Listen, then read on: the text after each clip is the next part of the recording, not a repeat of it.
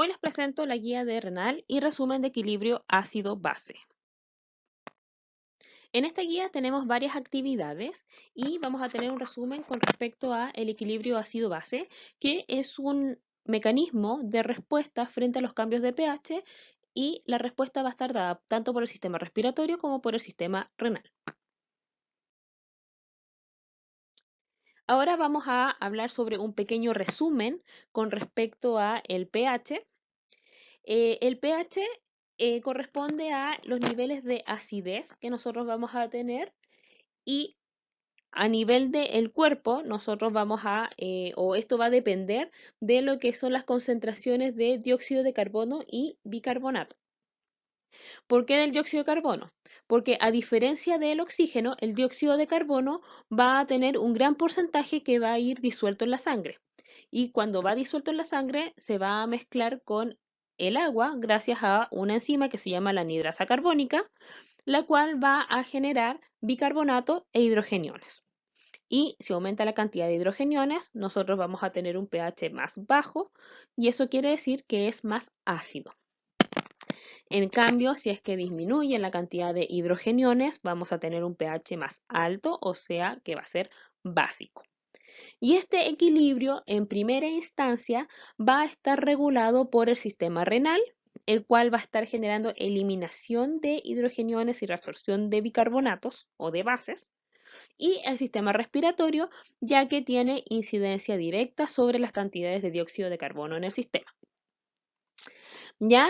Entonces, cuando hablamos de la respuesta renal, estamos hablando de la respuesta metabólica, y cuando hablamos del sistema respiratorio, de la respuesta respiratoria. ¿Ya? La primera respuesta que va a ejecutarse va a ser la del sistema respiratorio, que va a ser una regulación rápida, pero de corto plazo, y la renal va a ser un poco más lenta la respuesta, pero va a poder mantenerse mayor tiempo. Entonces, aquí tenemos un ejemplo en el cual si aumenta la concentración de hidrogeniones, ya que puede ser aumento de la concentración de hidrogeniones con origen respiratorio o metabólico, o si es que es de origen respiratorio, aumento de la concentración del dióxido de carbono. ¿Esto que va a generar a nivel renal? Es que se aumente la secreción de hidrogeniones, ya generando una mayor excreción, y eso va a generar una disminución de los hidrogeniones en el plasma. Y la otra respuesta renal que vamos a tener es que se va a empezar a aumentar lo que es la conservación del bicarbonato, que va a actuar como un tampón, y el bicarbonato va a disminuir su excreción, generando aumento en la concentración de bicarbonato. De esta manera se genera nuevamente la homeostasis del pH. Entonces, nosotros tenemos lo que son los tampones sanguíneos o el sistema buffer. ¿Qué es lo que hace el sistema buffer? Disminuye la acidez del cuerpo, ¿ya? O en este caso de los distintos sistemas, ¿ya? Del plasma específicamente. Tenemos nosotros distintas bases. La principal y la que está en mayor cantidad corresponde al bicarbonato, y nosotros además tenemos otras bases que corresponden a fosfato, proteínas y hemoglobina. ¿Ya? El 50% de las bases va a estar determinado por el bicarbonato, y el total de las bases que debiésemos tener en condiciones normales es de 50 miliequivalentes.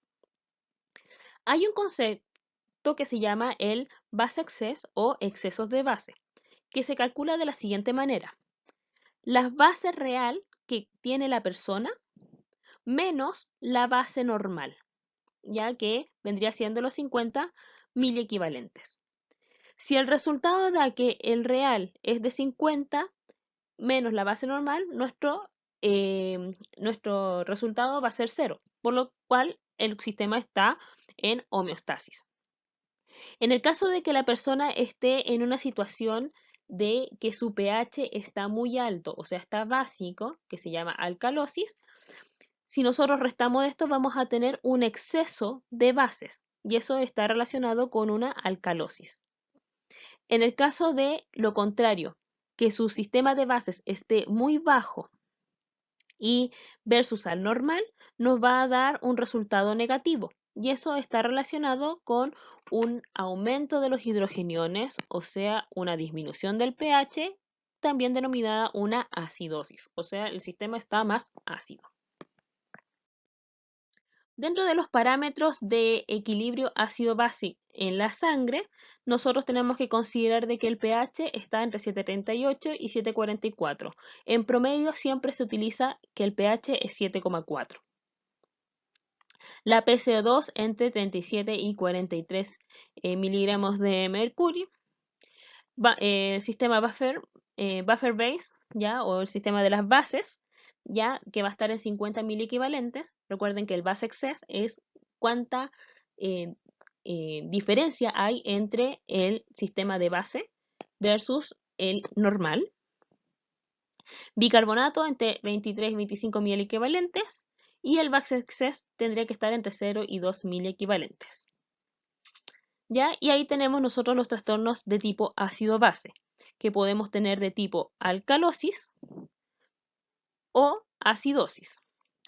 Los que vienen de origen respiratorio van a estar determinados por la PCO2, que puede ser, si es una acidosis, va a estar la PCO2 alta, o si es una alcalosis, la PCO2 baja.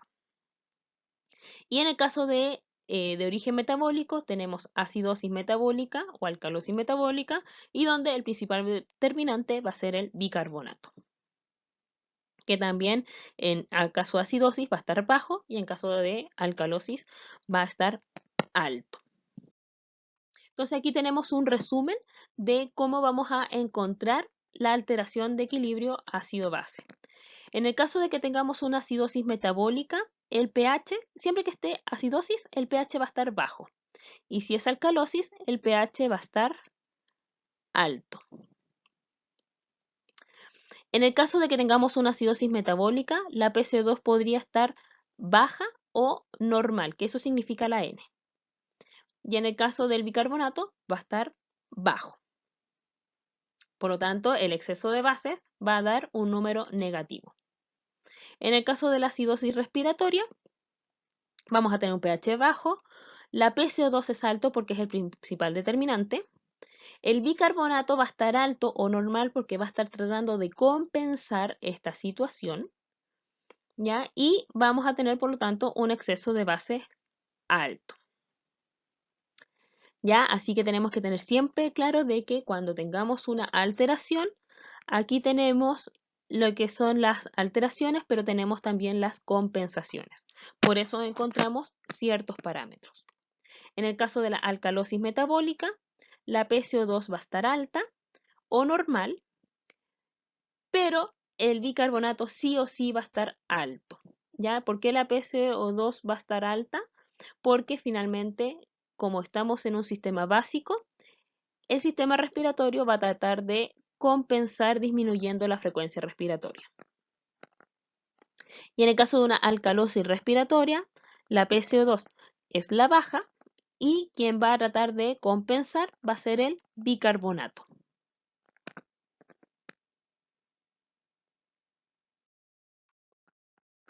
Entonces, ¿cuáles son las alteraciones primarias y cómo se va a compensar? Si la alteración primaria es una acidosis metabólica, la respuesta primaria va a ser respiratoria. Todo lo contrario, alcalosis respiratoria, que es lo mismo que le estaba explicando en el cuadro anterior. Si tenemos una acidosis, la respuesta va a ser alcalosis. Si tenemos que es respiratoria, la respuesta va a ser metabólica. Si tenemos que la respuesta o la primera alteración es metabólica, la primera respuesta va a ser respiratoria. ¿Ya? Entonces, siempre tienen que pensar que esto es como un balancín. Si es que uno está alterado, va a haber una respuesta contraria para tratar de compensar. Y que esto vuelva a estar en, bueno, me quedo igual chiquito, pero que este vuelva a estar en equilibrio. Entonces, ¿cuáles son las causas más frecuentes de acidosis metabólica? Ya tenemos, por ejemplo, de tipo, recuerden, acidosis metabólica corresponde a la acidosis que viene de origen sistémico. Entonces vamos a tener insuficiencia renal, acidosis láctica, ya que tenemos varias etiologías. Cetoacidosis, muy clásico en los diabéticos y en los alcohólicos, además en el ayuno prolongado. De hecho, de aquí viene lo que es la dieta cetogénica. Y diarreas, porque cuando uno tiene una diarrea, elimina muchas bases. Distinto es cuando uno tiene una alcalosis metabólica, que es cuando uno, por ejemplo, vomita, porque el jugo gástrico tiene una gran cantidad de ácido y uno elimina ese ácido, por lo tanto, la base tiende a subir. Entonces, alcalosis metabólica, como les decía, vómitos. Muy clásico, y el tratamiento con diuréticos. En el caso de la acidosis respiratoria, las causas más frecuentes pueden ser por fármacos que deprimen el sistema nervioso, enfermedades pulmonares, ya sean de tipo agudas o crónicas, y algunos trastornos neuromusculares. Pero los que ustedes más pueden encontrar son las de depresión del sistema nervioso y enfermedades pulmonares. Y la alcalosis respiratoria, el histeria y llanto prolongado es una de las más comunes, pero también, por ejemplo, la intoxicación por salicilatos, aspirina, y además podemos encontrar una crisis de asma. Ahora, como no todo es tan simple, podemos también encontrar algunas alteraciones mixtas, donde podemos encontrar con alcalosis respiratoria y metabólica, acidosis metabólica con alcalosis respiratoria, estos son en casos ya más crónicos y más complejos. Entonces, este es un paso a paso de cómo determinar la alteración. Primero, en el paciente, conocer y analizar el contexto clínico. Entonces, si usted está viendo que tiene un paciente respiratorio, piense en causa primaria respiratoria. Si viene un paciente con vómito, piense inmediatamente en una causa metabólica. Luego tiene que establecer el pH sanguíneo, determinar si es que está en acidosis o alcalosis o normal. Recuerden que vamos a considerar como normal el 7,4. Después, en orden de la alteración primaria, de acuerdo al contexto clínico, determine si es primero respiratorio o metabólico y usted se va a fijar. Entonces, si piensa que es respiratorio, usted se fija primero en la PCO2. Si usted piensa que es metabólico, usted se fija primero en el exceso de base. Y después ve si es que hay un mecanismo compensatorio. Revisemos el siguiente mapa. Entonces, usted tiene que mirar el pH y ver si es que está en una acidosis, en una condición normal o en una alcalosis. Si llega, por ejemplo, usted ve que tiene el pH bajo y la persona había estado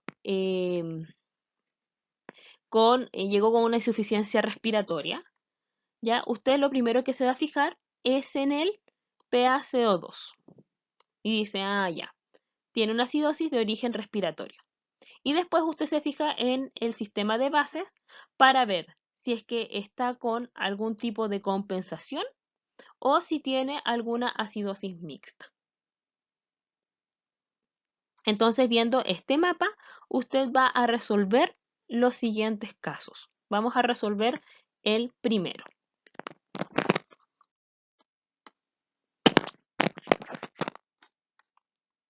Entonces, tiene paciente femenino de 47 años de edad con neurofibromatosis crónica progresiva. Requiere de asistencia mecánica respiratoria hiperventilada. Su toxicología de base requiere 60 miligramos de furosemida diarios, así como 40 miliequivalentes cada 24 horas de cloruro de potasio. Entonces, ¿qué es lo primero que nos vamos a fijar? En el pH, 7,64. Entonces, si yo miro el cuadrito, no me puedo devolver en este momento, pero si yo miro el cuadrito, yo veo que está sobre los 7,4. Por lo tanto, estamos pensando en una alcalosis. Y aquí yo tengo que ver, está con una asistencia mecánica respiratoria hiperventilada. Entonces yo podría decir, si está con una hiperventilación, yo voy a determinar que va a ser mi primera causa, va a ser de tipo respiratorio. Así que yo me voy a fijar en cómo está la PCO2, que en este caso es de 30 miligramos. Por lo tanto, si está en el cuadrito anterior, nos decía que si estaba menor a 35, me confirma que es una alcalosis de tipo respiratorio.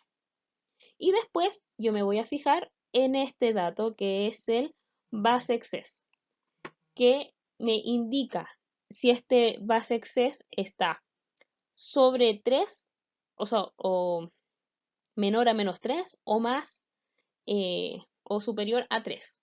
Entonces me dice que es superior a 3. Entonces, si yo miro el cuadrito, me va a indicar de que esto es una alcalosis mixta. Y uno dice, pero ¿cómo mixta si está solamente con el problema respiratorio? Pero fíjese que también tiene furosemida, que es una sustancia diurética. ¿Ya? Entonces, así se saca. Entonces, bueno, chicos y chicas, en la parte anterior faltó la última colita que decía que así se resuelven la mayoría de los casos de ácido base, ya, y puede ser desde el caso clínico o directamente desde los parámetros. Lo importante es seguir ese orden y les va a ir muy bien con eso. Muchas gracias por su atención y ahora a realizar la guía adjunta. Nos vemos en una próxima oportunidad. Chao, chao.